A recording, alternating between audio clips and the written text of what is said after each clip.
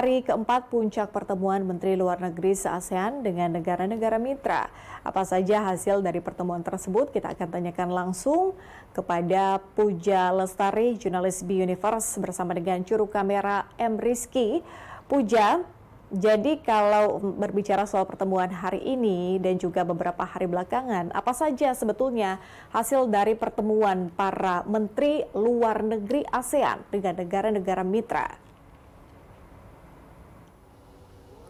Ya, Patricia, betul sekali. Hari ini diadakan pertemuan para Menteri Luar Negeri negara-negara anggota ASEAN dan Menteri Luar Negeri negara-negara mitra di kawasan Indo-Pasifik. Pertemuan tersebut diadakan di Jakarta pada pagi ini dalam The 13th East Asia Summit Foreign Ministers Meeting. Pertemuan tersebut mempertemukan antara negara-negara anggota ASEAN dan negara-negara mitra di kawasan Pasifik, yaitu di antaranya Australia, China, India, Jepang, Selandia Baru, Korea Selatan, Rusia, dan Amerika Serikat. Pertemuan sudah dimulai pada pukul 10 waktu Indonesia Barat tadi dan saat ini masih berlangsung dan rencananya akan selesai pada pukul 12 waktu Indonesia Barat. Untuk pertemuan ini, tadi pagi pertemuan tersebut dibuka langsung oleh Presiden Joko Widodo. Dalam pembukaannya, Presiden Joko Widodo mengemukakan 3 hal, yaitu yang pertama, Jokowi mengungkapkan kepada menteri-menteri negara mitra di kawasan Indo-Pasifik bahwa ASEAN memiliki potensi yang besar, yaitu diantaranya usia produktif yang melimpah dan juga kekayaan alam yang beragam. Namun meskipun ASEAN memiliki potensi yang besar, tentu saja ASEAN masih memerlukan dukungan dan juga bantuan dari negara-negara sahabat. Kemudian pesan kedua yang dipaparkan oleh Presiden Joko Widodo ialah Presiden Joko Widodo mengingatkan agar ASEAN tidak menjadi ajang persaingan maupun tidak menjadi proksi dari kekuatan negara lain.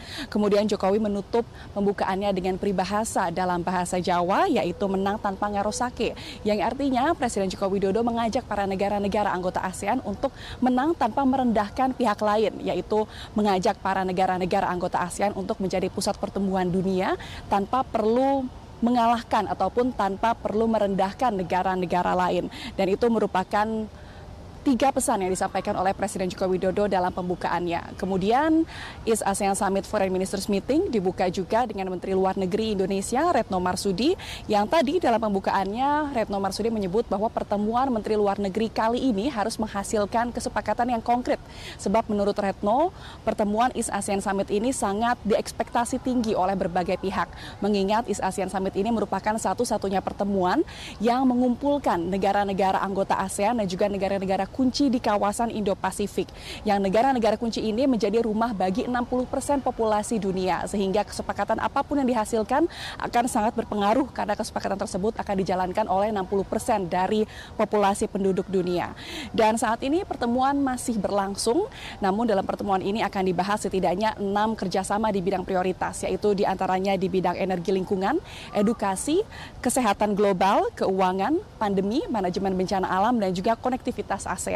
Dalam pertemuan ini juga akan dibahas kesepakatan kerjasama yang menggunakan 2 prinsip utama, yaitu prinsip yang pertama ialah Traktat Persahabatan dan Kerjasama yang sudah diaksesi oleh para Menteri Luar Negeri mitra di kawasan Indo-Pasifik, dan juga Bali Principles yang merupakan deklarasi pertama dari East ASEAN Summit yang mengandung nilai-nilai dan juga prinsip dasar dari kerjasama antara negara-negara anggota ASEAN dan juga negara-negara di kawasan Indo-Pasifik. Dan pertemuan juga akan membahas terkait dengan persiapan East Asia Summit yang merupakan acara puncaknya yang nanti akan digelar di Jakarta pada September mendatang, yang nanti dalam pertemuan ini akan dilahirkan sebuah kesepakatan baru, yaitu Plan of Action ataupun rencana-rencana kerja yang akan dilangsungkan dalam periode 2023 hingga 2027. Demikian Patricia, kembali ke Anda. Baik, terima kasih jurnalis B-Universe Puja Lestari dan juru kamera M. Rizky telah melaporkan langsung. Selamat bertugas kembali.